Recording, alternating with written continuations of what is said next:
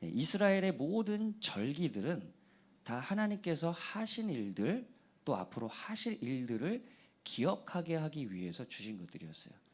오늘도 요단강을 건너간 이스라엘 백성들에게 요단강에 있는 그 돌들을 쌓아서 그것을 자녀들이 물어보거든 이것이 무엇입니까? 라고 물어보거든 하나님께서 이 요단강을 갈르심으로 우리가 이 약속의 땅에 들어오게 됐다라고 하는 하나님의 하신 일들을 기억하도록 하는 기념의 비석인 거예요. 기념비인 거예요. 지난주인가 한번 제가 말씀드렸지만 그래서 역사가 이렇게 중요한 겁니다. 하나님의 하신 일들을 기억해야 되는 거예요. 저도 하나님의 하신 일들을 기억하려고 우리가 감사예배 영상도 그래서 만들어 놓은 거예요.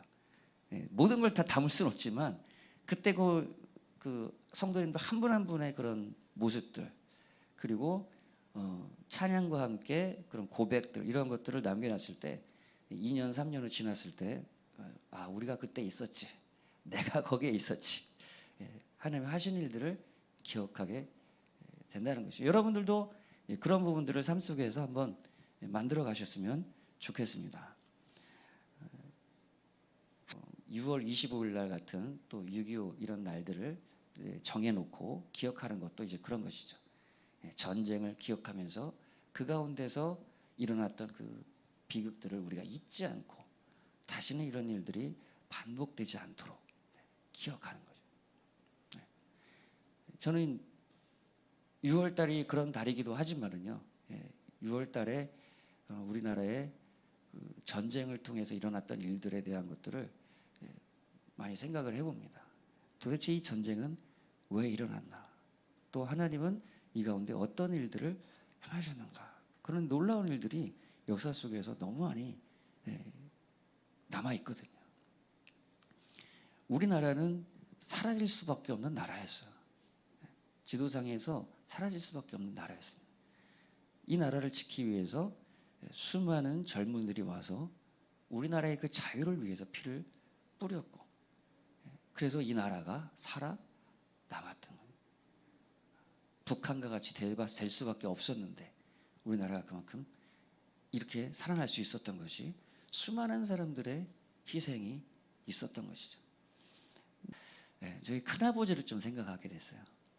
저희 큰아버지가 이제 돌아가셨어요. 이제 90대 원래 살아 계셨으면 90대 중반이 되셔야 되는데 저희 아버지보다 18살 많으시거든요. 아버지는 거의 막내시고 큰아버지 제일 나이 많으시고 그 사이에 4분인가 5분이 계셨는데 어렸을 때 다 돌아가셨어요. 그런데 큰아버지가 청년 때 그때 이제 6.25 전쟁이 일어나서 제주도까지 이제 가서 거기서 신병교육대 훈련을 받으시다가 그때 이제 사고가 나서 돌 이렇게 뭐 쌓는 일을 하다 사고가 나서 손가락이 이제 하나가 끊어졌어요. 그래서 총을 쏠 수가 없는 거예요. 근데 그것 때문에 상당히 많이 또 고생하셨고 일부러 다쳐서 또 전쟁 빠지려고 했던 거라고 하는 그런 또 오해를 받으셔가지고 많이 고생도 하셨었고 그 세대 너무나 많이 고생하죠. 청소년 때 해방을 맞았지만 곧이어 6.25 전쟁이 났고 그 전쟁에서 수많은 사람들이 거기서 18, 19살, 16살, 5살에 또 학도병으로 나간 학생들도 많았고 그러니까 생각해보면 우리 조경의 나이 때 조경의 나이가 총 들고 나가서 싸워서 죽은 그런 분들이 굉장히 많았던 거예요. 그리고 나서 전쟁 끝나고 나서 그 가난한 가운데 아이들을 결혼해서 또 키워야 되고 얼마나 고생이 심하셨을까 그런 생각을 좀 이제 어저께 해봤었거든요. 이제 하나씩 다 돌아가셔서 이제는 안 계시지만은 그런 그때 있었던 역사의 이야기를 저는 이제 여쭤보거든요. 할아버지 그 큰아버지 그때 어떠셨어요? 아버지 그 가난한 시절에 어떠셨어요? 그때 산업화의 그 기름에서 막 일하셨던 그때의 시절들 하나하나 물어보거든요. 기억하려고요. 그리고 그 세대의 기억들, 역사들을 또 전해주려고 우리 자녀 세대들에게 또 전해줘야죠. 우리가 이렇게 잘 살게 된 게 우리의 노력으로 된 게 아니잖아요. 저는 태어나 보니까 우리 어렸을 때 가난했어요. 저희는 뭐 평범한 공무원 집안의 아들이었기 때문에 뭐 부유하거나 그러진 않았어요. 그렇지만 그렇다고 굶지는 않았어요, 저는. 예. 근데 어렸을 때 생각나거든요. 연탄가스 마시고 제가 2번이나, 한 번은 진짜 위험했고, 예, 한 번은 너무 아파가지고 그렇게, 예, 학교를 갔던. 근데 아버지 어머니는 그 2번째 연탄가스 마셨을 때는 기억을 못 하시더라고요. 나는 첫 번째 마셨을 때는 기억을 못 하고, 어려서 초등학교 1학년이어서. 근데 초등학교 5학년 때 한 번 더 마셨는데 그때는 기억을 하거든요. 딱 우리는 그때 그렇게 살았어요. 그렇지만 계속해서 청소년기, 대학생을 지나면서 우리는 정말로 번영의 시기를 살았거든요. 계속해서 좋아졌죠, 우리 삶이. 부족함이 없었고. 이런 삶이, 예, 우리 아버지 또 우리 할아버지 세대의 그런 희생과 더 나아가서는 하나님의 손길이 이 대한민국 가운데 함께 해주셨단 말이에요. 전 세계 애국가 가운데서요, 여러분, 하나님이 보호하사, 하나님이 보호하사라는 그 이런 구절이 들어간 애국가가 전 세계에 없대요. 미국도 없대요. 그것도 안 들어가 있대요. 우리나라는 들어가 있어요. 왜냐하면 제가 알기로는 안익태 선생님이 기독교인이셨거든요. 그리고 그때 당시에 있었던 초대 내각, 무엇보다 이승만 대통령이 독실한 기독교 신자였고, 그들의 희생과 섬김 속에서 우리나라가 이렇게 세워졌다. 초대 국회 속기록, 국회가 시작되고, 제왕국회가, 대한민국 국회가 시작되고 첫 제왕국회가 열렸을 때 처음으로 기록된 거, 그게 우리나라의 기도문이었단 말이에요. 한번 그 기도문 읽어보십시오. 이윤영 의원이었죠. 원래 북한에서 목사님이셨다가, 예, 남한으로 내려오셨던 그 목사님이, 그 기도가 우리나라 국회 첫 속기록이에요. 하나님의 손길이 이 대한민국에 함께하고 있단 말이에요. 예. 그것을 기억하라. 이스라엘 백성들도 그것을 말씀해 주셨던 겁니다. 예. 여호수아서 4장 17절 18절에, 예, 제가 이걸 먼저 설명드렸었는데, 이스라엘 백성들이 요단강을 건너가는, 예, 건너가면서 제사장의 모습이 여기서 한 가지 나옵니다.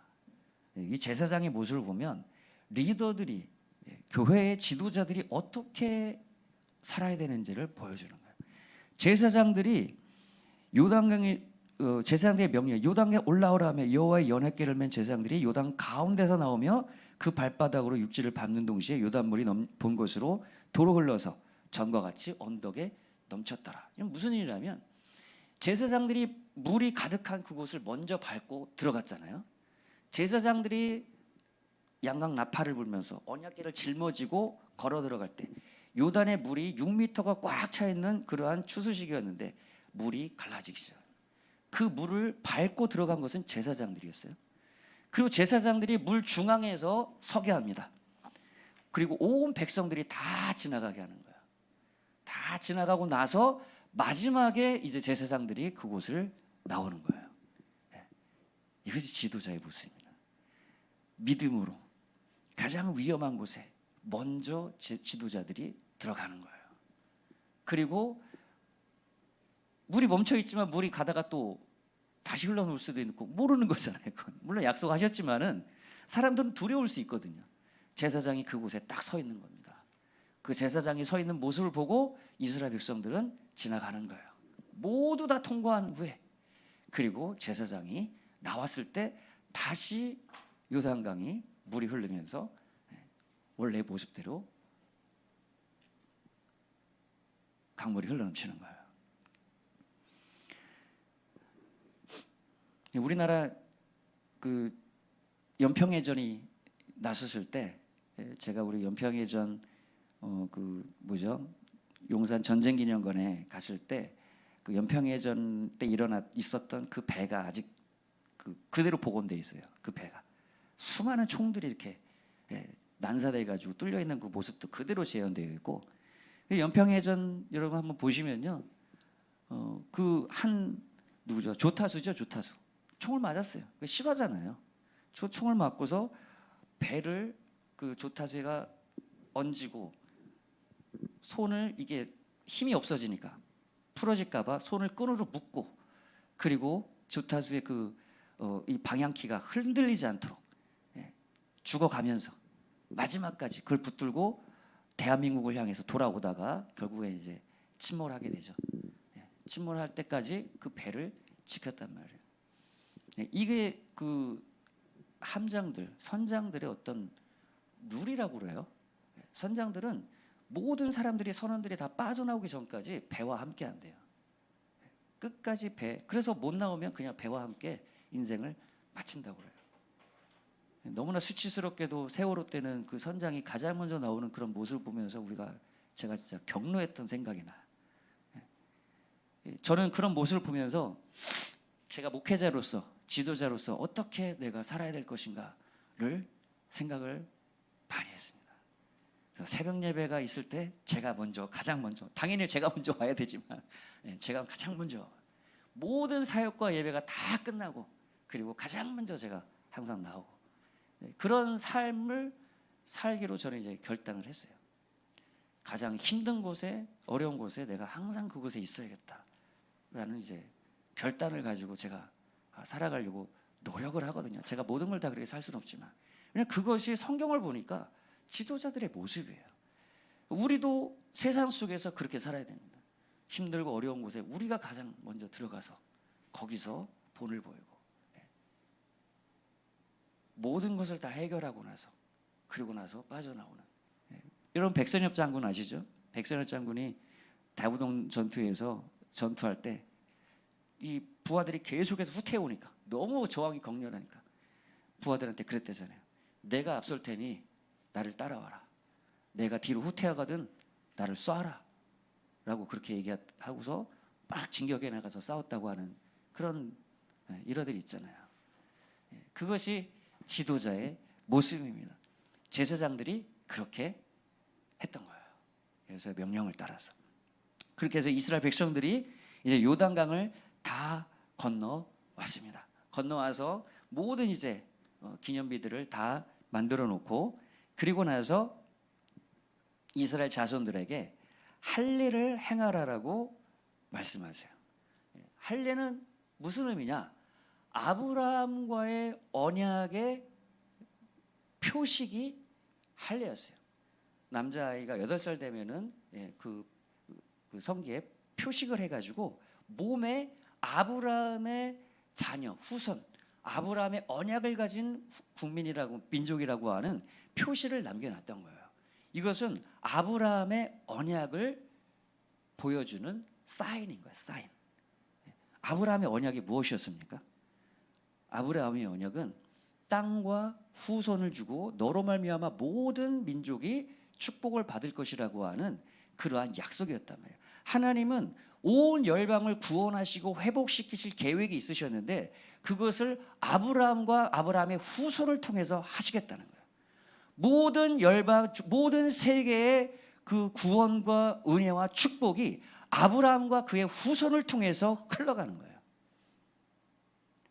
그것을, 그 약속을 기억하게 하는 표식 사인이 할례 언약이었던 것이죠.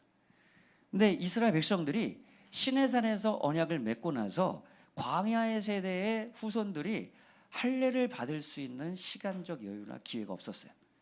그래서 이제 광야의 2세대들에게 다시 할례를 하면서 아브라함과의 언약을 기억하게 하는 겁니다. 이것도 기억하게 하는 거예요. 여러분, 우리가 신앙생활에 강력한 신앙생활을 할 수 있는 것은 기억하는 겁니다. 하나님과 약속을 기억하는 거예요. 하나님과 언약을 기억하는 거예요. 유월절을 지키게 합니다. 저녁에는 14일 날 저녁에 되는 니산원 1월, 이스라엘 백성들 유대력의 1월에 되는 그 14일, 그 14일이 예비일이었고 그때 유월절 어린 양을 잡죠.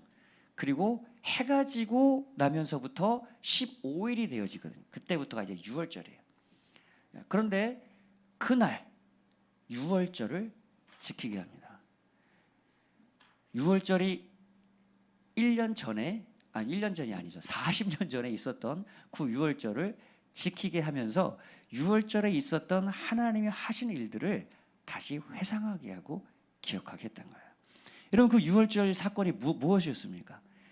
어린 양을 잡아서 문설주에 피를 바르게 해서 그 피를 죽음의 천사가 바라볼 때에 그 재앙이 그들에게 넘어갔던 것이죠. 이스라엘 백성들에게 그날 있었던 하나님의 놀라운 구원의 역사를 기억하게 하면서 그 유월절 날을 기점으로 이스라엘 백성들이 구원을 받았거든요. 애굽의 속박에서 나왔거든요. 그 놀라운 하나님의 은혜를 기억하라는 겁니다. 오늘날 우리도 똑같죠. 주의 만찬을 하면서 침례를 하면서 받으면서 우리가 예수님이 하신 일을 기억하는 겁니다. 예수님이 십자가의 죽으심으로 예수님이 죄와 저주와 사망을 십자가에서 도말해 버리셨단 말이에요. 십자가에서 죄가 끝났단 말이죠. 십자가에서 저주가 끝났단 말이죠. 십자가에서 죄와 저주를 도말해 버리면서 사망 권세가 깨졌단 말이죠. 그 놀라운 은혜를 기억함으로 우리가 주의 만찬에 참여하고 우리가 주님을 예배하는 것입니다. 우리가 한 주간 지나면서 세상 속에서 살다 보면은 예수님이 하신 일들, 하나님의 은혜를 잊어버리는 경우가 많죠. 한 주간 우리가 다시 모여서 주의 만찬도 하고 찬양도 하고 하나님의 말씀을 들으면서 하나님이 하신 일들을 기억하는 거예요. 예수님은 이미 십자가에서 우리를 위해서 모든 것을 이루어 놓으셨어요. 다 이루었다라고 하셨단 말이에요.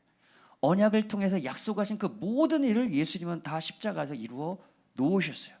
우리가 그 이루어 놓으신 예수님의 놀라운 그 십자가와 부활을 통해 이루신 놀라운 주님의 역사를 기억하고 찬양하고 선포할 때 그 은혜가 우리에게 실제가 되는 겁니다. 이스라엘 백성들은 그것을 유월절을 지킴으로 주님의 은혜를 기억하면서 하나님이 그렇게 우리와 함께 하셨지. 하나님이 우리를 통해서 역사하셨지. 하나님의 은혜를 되새기면서 하나님께 찬양하는 겁니다. 그리고 그 유월절을 지키고 나서 40년 동안 광야 여정을 해나가면서 40년 동안 내렸던 만나가 그치는 거예요. 만나가 더 이상 내려오지 않는 겁니다. 그리고 약속의 땅에서 주신 그 소산물을 먹게 하는 거예요. 야, 이게 무슨 의미냐? 광야에서는 농사를 지을 수가 없잖아요. 광야에서는 스스로 양식을 취할 방법이 없잖아요. 그러니까 하나님이 광야에서는 직접 내려주시는 거예요. 광야에서 직접 하늘로에서 만나가 내려오고 메추라기가 내려오고 그리고 반석의 생수를 내주면서 광야 여정을 걸어가게 하셨단 말이에요. 근데 이제 약속의 땅에 들어왔단 말이에요. 그 약속의 땅은 물이 있고 그곳에 농사 지을 수 있는 토지가 있고 모든 환경들이 이제는 갖춰져 있단 말이죠. 너가 거기서 그것을 경작하고 스스로 그것을 가꿔서 거기서 난 소사물을 먹고 마시라고 하는 겁니다. 여러분 이런 패턴이 성경에서는 계속돼요. 하나님은 어떨 때는 초자연적으로 하늘의 만나를 내려주듯 먹이시고 입혀주시는 경우가 있어요. 그러나 어떤 때는 너가 가지고 있는 그 재능이 뭐냐? 너가 갖고 있는 건강, 시간, 물질, 직업 이것을 통해서 너가 실제로 네가 직접 일함으로 그 일하는 소산물을 먹고 마시라 라고 그러한 방법으로 공급해 주시는 경우가 있단 말이에요. 때를 따라 하나님이 다르게 역사하시더라는 것이죠. 여러분 마태복음 10장에도 보면요. 예수님이 제자들에게 전도의 명령을 이루실 때 그때 전대나 그 돈이나 어떤 그런 거 가져가지 말라고 그래요. 가서 복음을 전하면 그 복음을 들은 그 사람들이 너희들에게 먹을 것을 줄 거야. 아무것도 가지 말고 가라고 하셔요. 그런데 예수님이 십자가에서 죽으시기 직전에 십자가에 끌려가기 직전에는 제자들에게 두 검을 챙기라고 말씀을 하셔요. 시대가 바뀌었단 말이에요. 검으로 싸울 준비도 하고 검으로 나중에 경제적인 필요가 있으면 그것을 팔아서 쓸 수도 있고 준비하라는 거예요. 그래서 여러분 우리 삶 속에서 하나님이 응답하시는 방법, 하나님이 역사하시는 방식이 이렇게 틀리다는 것을 여러분 아셔야 돼요. 왜 그렇게 하실까요? 왜 그렇게 하실까요? 아니 만나 내려주신 대로 약속의 땅에서 만나 내려주시면 되잖아요. 전대나 먹고 가지 말고 거기서 먹고 마시게 하는 대로 그냥 그렇게 하면 되는데 왜 거기서 칼을 준비하게 할까요? 저는 그것을 생각할 때 하나님이 이렇게 깨닫게 해주더라고요. 너의 경험을 의지하지 말라는 거예요. 너가 예전에 그렇게 경험했던 그 경험, 예전에 하나님이 이렇게 하셨으니까 이렇게 되겠지 라고 하는 너의 경험을 의지하지 말라는 거예요. 경험을 의지하잖아요. 그러면 하나님을 더 이상 의지하지 않습니다. 하나님은 꽤 더 기도하지 않는 거예요. 옛날에 그렇게 하셨으니까 이렇게 하겠지, 그렇게 생각하는 거예요. 그래서 여러분, 나이를 먹을수록 우리가 인생의 경험을 의지하는 것을 우리가 좀 조심해야 돼요. 여러분, 경험은 소중한 겁니다. 경험은 소중해요. 하나님은 그 경험을 통해서 우리에게 성장시켜줬고 그 경험이 우리에게 지혜가 되고 한단 말이에요.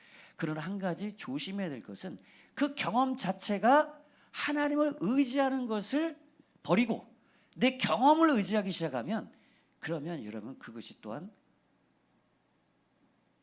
하나님이 아닌 내 자신이 하나님이 되는 그런 우상이 될 수도 있다는 것이죠. 모든 상황 속에서 우리는 하나님을 의지해야 됩니다. 제가 신앙생활 해보니까 그것이 참 어렵더라고요. 이것이 진짜 겸손인데 옛날에 이렇게 했으니까 뭐 이번에도 이렇게 대충 이렇게 하면 되겠지 라고 생각하고 갈 때가 많아요. 근데 저는 그럴 때마다 낭패를 본 적이 많았어요. 하나님이 옛날에 하던 방식대로 이번에는 그렇게 안 하시더라고요. 그럴 때 가서는 또 이제 간절히 또 이제 기도하는 거예요. 하나님 도와주세요. 이거 어떻게 됩니까, 하나님? 그럼 또 하나님이 이렇게 말씀하십니다. 여러분, 그래야 하나님과 모든 상황 속에서 하나님과 동행하는 삶을 우리가 살아갈 수 있습니다. 오늘의 하나님을 여러분 만나셔야 됩니다. 예수 그리스도는 어제나 오늘이나 영원토록 동일하신 분이지만 오늘의 하나님을 우리는 오늘 의지하고 오늘 그분의 음성을 들어야 하고 오늘 그분과 함께 동행을 시작해 가야 되는 것이죠. 이것이 사라지면 여러분 우리가 신앙생활이 종교가 되어버립니다. 전통이 되어버립니다. 그냥 습관이 되어버려요. 습관적으로 그냥 나오는 거예요. 아니에요. 오늘 주일 예배 가운데 하나님이 말씀하시고 임재하시고 나에게 들려주실 그 주님의 음성을 바라보며 나오는 겁니다. 그래서 여러분 우리가 임재 가운데 하나님이 예배 가운데 나오는 것이 그렇게 소중한 거예요. 준비하고 나온다. 하나님의 음성. 저는 오늘 하나님이 찬양과 기도 속에서 하나님이 모든 것을 저에게 말씀해 주셔요. 하나님 주시. 하나님의 열심이라고 하는 그 한 단어가 제 가슴을 쾅 울렸어요. 저는 제 열심으로 살았던 사람이었어요. 물론 하나님의 은혜를 경험했고 하나님의 은혜를 알았어요. 그러나 그 은혜 감사함으로 내 열정으로 살았고 내 열심으로 살았지 하나님이 일하시는 열심, 하나님이 일하시는 그 하나님의 열정을 저는 잘 몰랐어요. 청년 때. 그렇게 살다 보니까 어느 때가 되니까 지치더라고요. 내 열심으로 살았는데 내 생각대로 잘 안 돼요. 근데 나중에 가서 하나님 경험해 보니까요, 하나님의 열심과 그 하나님의 열정으로 일하시는 그 일하심이 얼마나 더 강력하고 크다는 것을 하나님 제게 경험시켰어요. 언제? 10년 전 제가 침상에 딱 이때 누워 있었거든요. 제가 왜 기억하냐면 이때쯤 10년 전에 브렉시트가 일어났고 6월달 2010년 6월 2016년 6월이죠. 저는 여기서 죽음의 침상에 누워 있었거든요. 아무것도 할 수 없는 그 상황 가운데 하나님이 가장 강력하게 제 인생 속에서 일하셨거든요. 수많은 사람들이 기도했고 저는 죽음의 침상에서 일어나서 그때 하나님을 간절히 기도 찾았고 하나님이 일하심이 가장 강력할 때가 내가 내 열심과 열정으로 아무것도 할 수 없을 때였어요. 하나님만 바라볼 수 있을 때 하나님은 더 강력하게 일하시더라고요. 그래서 어쩌면 우리가 우리 스스로 내가 할 수 없는 그 상황, 하나님만을 간절히 바라고 의지하는 그 상황까지 하나님은 어떻게 보면 기다리고 계신지도 몰라요. 저는 우리나라를 볼 때 우리나라에 아무런 소망과 낙이 없고 우리의 힘으로 할 수 없는 그때 강력하게 하나님을 향해서 기도하는 그런 한국 교회가 될 때, 우리가 될 때, 그때 주님은 요단강을 가르시고 여리고를 무너뜨리는 그 놀라운 역사를 이루실 것이다 라고 생각을 해요. 지금도 기도를 하지만 하나님 어쩌면 그것 때문에 더디 일하고 계신지도, 그것 때문에 기다리고 계신지도 모르겠다. 1950년대 우리나라가 대구 밑에 낙동강 전선에서 아무것도 할 수 없을 그때 여러분 초량교회에서 일어났던 기도회를 여러분 아십니까? 그 역사 여러분 검색해 보세요. 이제 끝이란 말이에요. 낙동강 뚫리면 끝나는 상황이었어요. 거기서 초량교회라는 곳에서 목회자들과 장로들과 수많은 성도들이 그곳에 모여서 기도회를 시작했어요. 이승만 대통령이 기도해달라고 방송으로 기도를 부탁했어요. 그때 일어났던 강력한 기도가 얼마나 처절했으면 그 당시에 우상숭배하고 신사참배하고 했던 그 수많은 사람들이 거기서 통곡하고 울부짖으면서 회개하고 기도했다라는 거예요. 그 기도가 있고 난 뒤, 그 당시 장마 시기였는데 장마 시기에서 폭격을 할 수가 없었다는 거예요. 장마 시기에 하늘이 열린 폭격기가 가면서 낙동강 전선에 폭격을 쏟아붓기 시작하면서 그때부터 우리나라가 승기를 잡기 시작했다는 거예요. 기도를 통해서 역사를. 이런 역사는요 얼마나 많은지 모릅니다. 제가 있었던 영국에서 여러분 그 덩커크라고 하는 그 지역에서 영국군이 몰살당할 수밖에 없었던 그런 상황의 그 역사를 아세요? 그 영화로도 나왔거든요. 거기서 그 해변가에서 완전히 몰살당할 수밖에 없는 상황인데 그때 영국의 왕이 온 국민들에게 기도해달라고 부탁을 합니다. 영국군이 거기서 전멸당할 수 있는 상황이었어요. 근데 그 기도를 통해서 나치 군대가 이 전진을 멈췄어요. 왜 그런지도 지금도 의문이야. 히틀러가 거기서 전진하지 않았어요. 진격하지 않았어요. 그러면서 덩커크의 유명한 그 탈출 작전이 시작되면서 영국군뿐만 아니라 그 당시 프랑스군 군대들이 다 거기서 철수해서 성공적으로 철수하면서 다시 유엔군이 전열을 가듬고 나치 군대를 공격할 수 있는 그러한 계기가 될 수 있었거든요. 기도를 통해서 역사하셨다는 것이죠.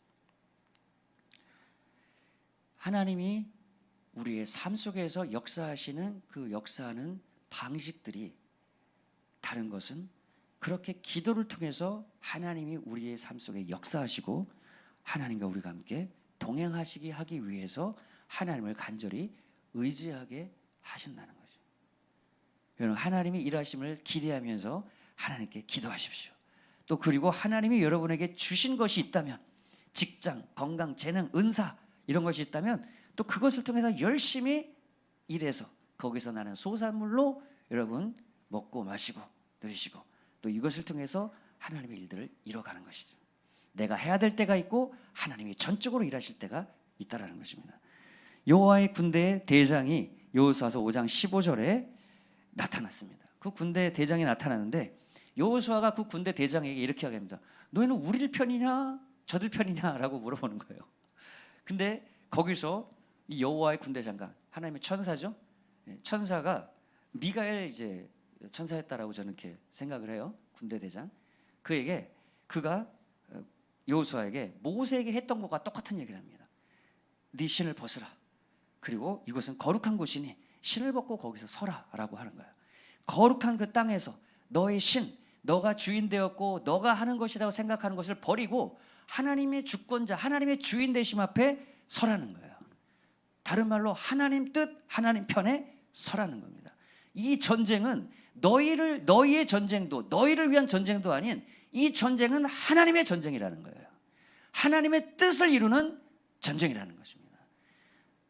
무슨 얘기냐? 하나님 편에 서라는 거예요. 내 편에 하나님이 서게 만드는 것이 그것이 아니라 너가 하나님 편에 서야 된다는 거예요. 여러분 2차 세계대전 때 독일도 기독교였습니다. 영국 유엔군들도 다 기독교였어요. 그런데 그곳에서 모두 다 하나님이 자기 편을 위해서 싸워달라고 기도했단 말이에요. 크리스마스 때 동일하게 크리스마스 캐롤이 유엔군 진주에도 독일군 진주에도 크리스마스 캐롤이 울려 퍼졌단 말이에요. 누가 하나님의 뜻이 하나님 어디에 응답해 주셔야 되는 거예요? 하나님은 하나님 편에 서는 자에게 역사하시는 거예요. 링컨의 유명한 고백이 있지 않습니까? 링컨이 그 장군에게 그런 얘기를 했다잖아요. 북군이 계속해서 밀리고 있었을 때, 그때 링컨이 그 군대 장관에게 그 대장에게 그런 얘기를 했대요. 나는 우리 북군이 우리가 하나님 편에 서기를 원합니다. 우리가 하나님 편에 선다면 하나님은 우리에게 승리를 주실 것이라고 그렇게 얘기했다는 거예요. 그렇게 계속해서 전쟁에서 밀리고 지는 상황에서도 하나님이 우리를 위해서 응답해 주시고 우리를 승리하게 주시고 이렇게 기도 안 했다는 거예요. 우리가 하나님 편에 서게 해 주십시오 라고 그렇게 기도했다는 겁니다. 여러분의 삶이 하나님 편에 서면 하나님이 여러분을 위해서 싸우실 것입니다. 왜냐하면 그 전쟁이 하나님의 뜻을 이루기 위한 전쟁이기 때문에 그런 거예요. 하나님의 편에 선 그러한 여호수아에게 이제 마지막입니다. 이스라엘 백성들이 여리고 앞에 섭니다. 하나님의 편에 선 이스라엘은 그 전쟁이 하나님의 전쟁이기 때문에 하나님이 앞서 나가 싸우시는 거예요. 거기서 여호수아는 하나님의 음성을 귀 기울입니다. 왜냐하면 그 전쟁은 하나님의 전쟁이기 때문에 하나님의 전략을 듣는 거예요. 요단강 앞에서는 요단강을 그 제사장들을 앞세워서 양강나팔 제사장의 그 찬양 소리를 울려 퍼지게 하면서 언약궤를 앞세우고 전진해 갔어요. 동일한 방식으로 여기서도 똑같이 언약궤를 앞세우고 이스라엘 백성들이 하루에 한 바퀴씩 그리고 마지막 날은 7바퀴를 돌라고 말씀하죠. 이것은 인간적으로 볼 때는 말도 안 되는 전략이에요. 여리고 성에서 이렇게 돌고 있는 이스라엘 백성들을 한순간에 나와서 전쟁을 하면 이스라엘 백성들은 전멸할 수도 있는 그런 전쟁이 말도 안 되는. 근데 하나님은 그 말씀하시는 그 말씀대로 여호수아의 군대가 순종하라고 말씀하시죠. 그래서 여러분 하나님이 어떨 때는요 우리의 이성과 논리로는 맞지 않고 이해가 되지 않는 그런 방식으로 말씀하시고 일하실 때가 있어요. 아무것도 보이지 않아요. 어떻게 될지도 몰라요. 그냥 그 말씀대로 가라는 거예요. 아브라함에게도 그랬죠. 본토 친척 아비 집을 떠나 내가 너에게 지시할 땅으로 가라는 거예요. 어떤 땅으로 가라는 것도 말씀해 주시지 않았어요. 지도도 없어요. 그러나 아브라함은 그 땅을 향해서 출발해 갔던 겁니다. 그 출발해 가는 아브라함에게 어느 땅을 지나가고 있었는데 그곳이 가나안 지역이었어요. 그 땅을 지나가고 있을 때에 하나님이 이 아브라함에게 나타나셔서 다시 한번 말씀하세요. 내가 이 땅을 너에게 주리라 라는 거예요. 하나님이 말씀하시는 대로 순종해 가고 있는 그 발걸음 속에서 하나님이 더 구체적으로 말씀해 주시더라는 겁니다. 하나님이 모든 것을 청사진으로 다 보여주고 하나님 약속의 땅이 어디입니까? 그 지도 주소 주세요. 어떻게 가야 됩니까? 이거 다 알려주고 가는 게 아니었다라는 거예요. 말씀하신 대로 움직여 갈 때 그 말씀하시는 순종의 발걸음 속에서 하나님은 더 말씀해 주시고 더 나타내 주시고 더 알려주시고 그러면서 하나님의 뜻들을 이루어가게 하시더라는 것이죠. 여기서 많은 사람들이 하나님과 동행하는 삶을 중단합니다. 하나님 말씀하셨는데 이해가 안 되거든요. 본토 친척 아비 집을 떠나 지시할 땅으로 가라는데 도대체 어디로 가라는 거예요? 내가 이해가 안 되거든요. 거기서 멈춰서는 경우가 너무나 많아요. 그러나 이스라엘 백성들은 여호수아는 하나님 말씀하시면 내 논리와 내 이성으로 이해가 되지 않아도 하나님이 가라 하면 움직여 갔던 거예요. 여리고를 돌라 하면 돌고 여리고 하루에 한 바퀴씩 마지막 날 7바퀴 도대체 그걸 왜 해야 되냔 말이에요. 이성적으로 이해되지 않아도 그 말씀을 듣는 순간 이스라엘 백성들은 움직여 갔던 겁니다. 마지막 날 7째 바퀴를 돌고 양강나팔을 불면서 함성을 지를 때 여리고가 한순간에 무너지는 거예요. 그때까지는 여리고가 무너질 조짐부조차도 보이지 않았어요. 그러나 그 말씀에 순종할 때 그때 하나님이 한순간에 무너뜨리려는 거예요. 하나님의 이 놀라운 기적의 역사가 저와 여러분의 삶 속에서 동일하게 경험되는 그런 은혜가 있기를, 그런 믿음의 여정, 순종이 있기를 주님의 이름으로 축원합니다. 제가 영국에서 비자 받을 때 이런 경험을 했었거든요. 비자가 더 이상 보이지 않았어요. 아프리카로 가라는 거예요. 하나님이 그곳에서 비자가 어떻게 되고 저는 아무것도 몰랐어요. 그냥 저는 포기했어요, 사실은. 그리고 가서 여러분 다 아시는 말라리아를 제가 걸려서 돌아왔는데 제 옆집에 사신 분이 독실한 크리스찬이셨거든요. 이 집사님이 그분의 목사님에게, 그 교회 목사님에게 기도를 부탁하는 얘기를 이제 했는데 그 목사님과 그 교회가 저를 위해서 간절히 이제 기도해 주셨어요. 저를 알지도 못했어요. 그리고 나서 저는 이제 다 회복이 됐고 그 교회 목사님과 그 성도님들이 너무 감사해서 그 교회를 한번 찾아갔어요. 찾아가서 그 목사님을 만나고 보니까 팔에 막 문신이 있고 도대체 목사님 같이 안 생겼어. 근데 목사님이셨어요. 그리고 그분이 저와 나이가 동갑이셨어요. 그래서 막 너무 친해지고 막 그리고 얘기하고 했어요. 그래서 저의 스토리를 얘기하고 이렇게 살아왔는데 내가 사실은 이제 비자가 좀 있으면 만료되는데 어떻게 될지 모르겠다. 기도해 줬으면 좋겠다 부탁했어요. 근데 이분이 그래? 들으시더니 우리가 할 수 있는 게 뭔지 한번 찾아봐 줄게. 그리고 나서 그 다음 주에 저에게 다시 한번 만나자고 하더라고요. 우리 교회가 너를 사역자로 이렇게 쓰고 이렇게 비자를 후원하는 일을 월급까지는 못 주지만 이거를 비자를 후원할 수 있는 스폰서 이런 거 해줄 테니까 한번 준비해 보자고 이렇게 얘기를 해주시더라고요. 할렐루야! 할렐루야!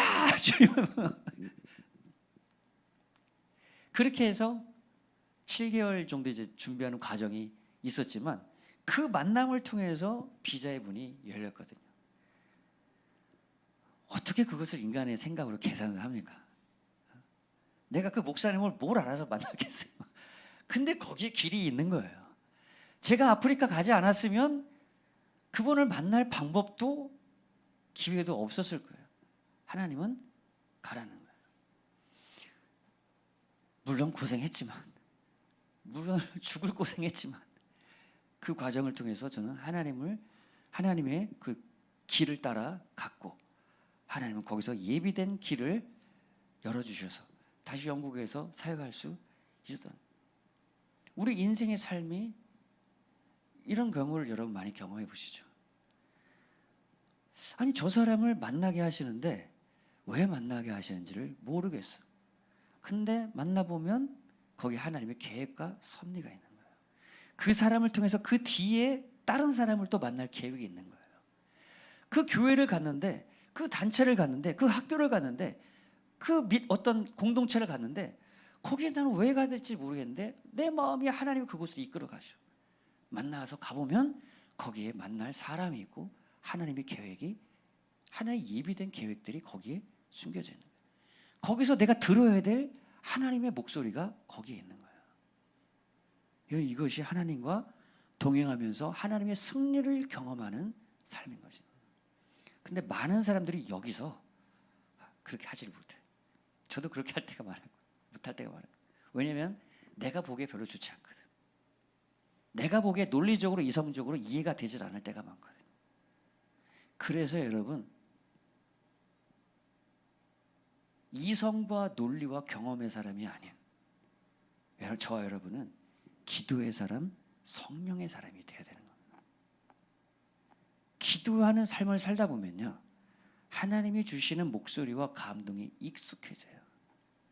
이성과 논리가 아니라 성령이 주시는 생각과 감동이 무엇인지를 알게 되기 때문에 그 말씀을 따라 살아가게 돼요. 제가 청년 때부터 잊지 않으려고 항상 그렇게 살았던 것은 아니지만은 항상 그렇게 살아가려고 노력하는 거냐. 하루를 기도로 시작을 해요. 그리고 하루를 기도로 마무리해요. 여러분, 이런 삶을 살다 보면요,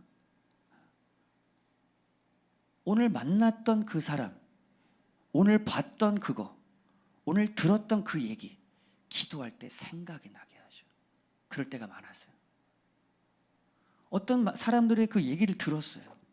그냥 듣고 넘어갔는데 기도하다 보면 그것이 생각나게 하죠. 제가 동탄에 올 때도 그랬거든요. 아니, 저는 여기 안 오려고 했다니까요. 꽈배기집 옆에서 해보려고 했는데 그 장로님이 여기는 아니라고, 동탄으로 가면 좋겠다고. 그런가 보다 했어요. 근데 와서 기도하면 그게 생각이 나. 동탄으로. 그런가 했어요. 그게 하나님 뜻인가? 그럴 수도 있고 아닐 수도 있겠지. 근데 얼마 후에 또 한 목사님 만났는데 그 목사님이 또 동탄으로. 그런가? 기도하는데 또 동탄으로. 그러면서 동탄에서 할 수 있는 여력도, 환경도, 여건도, 돈도 아무것도 없었지만은 찾아보기 시작하는 거예요. 역시 안 되나 보다. 역시 여기는 아닌 것 같다. 이건 내 생각인 것 같아. 포기하고 또 움직여보고 하는데 거기서 하나님이 한 발짝 길을, 그곳에서 개척하는데 목사님 이걸 써주세요 하면서 개척 그 헌금을 보내주신 성도님이 있었고, 그렇게 해서 보증금 내고 이렇게 해서 시작하고, 그래서 저거 그 붙이고 막 하는 거 저 혼자 막 시작을 했잖아요. 우리 종이 데리고 막 하면서 그때 그 이재석 전사님이랑 같이 막 이렇게 하나씩 하면서 시작을 했잖아요. 그러면서 하나씩 사람들을 보내주시면서 이것들이 만들어져 가게 하시는 그 하나님의 열심을 보면 이건 제 열심으로 할 수 있는 게 아니었거든요. 하나님의 열심. 근데 그 하나님의 열심이 어떻게 이루어지느냐? 그 시작은 하나님이 말씀하시는 그 말씀을 들을 때 시작되는 겁니다. 그 말씀과 그 감동을 따라 움직일 때 때로는 외로워요. 다 같이 그 감동과 말씀을 들으면 좋은데 내가 먼저 들을 때가 많거든. 항상 그런 건 아니에요. 왜냐면 제가 목회자다 보니까 저에게 먼저 말씀하시는 경우가 많아요. 그러면 혼자 움직이게 되면 처음에 외로워요. 나 혼자 하는 것 같고. 근데 이제 그래서 얘기를 하는 거예요. 이게 성령의 감동이면 동일하게 감동하실 거다. 그렇게 해서 하나씩 움직여. 여호수아의 군대가 그랬던 것입니다. 여러분, 하나님의 음성에 귀 기울이십시오. 기도로 시작하고 기도로 마무리하는 삶을 살아보십시오. 5분이든 10분이든 상관없어요. 그렇게 시작해보세요. 하나님의 감동이 익숙해집니다. 그 감동을 따라 이성과 논리적으로 이해되지 않아도 여러분 전진해 가시는 겁니다. 그럴 때 하나님께서 여러분들과 함께 하시며 하나님의 놀라운 그 기적과 그분의 열심의 손길을 우리는 경험하게 될 것입니다. 기도하겠습니다.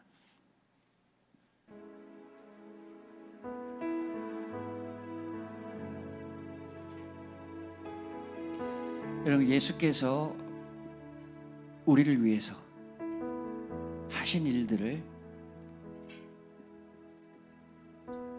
하나님이 나의 삶 속에서 행하셨던 일들을 기억하기 원합니다. 그 하나님이 불가능 가운데 나를 붙들어 주셨고, 광야 여정 속에 만나와 메추라기로 먹이시고, 반석의 물로 구름 기둥과 불 기둥으로 보호하시고 이끌어 주셨던 주님의 손길을 기억하십니다. 그분이 오늘도 앞으로도 우리의 삶을 이끌어 주십니다.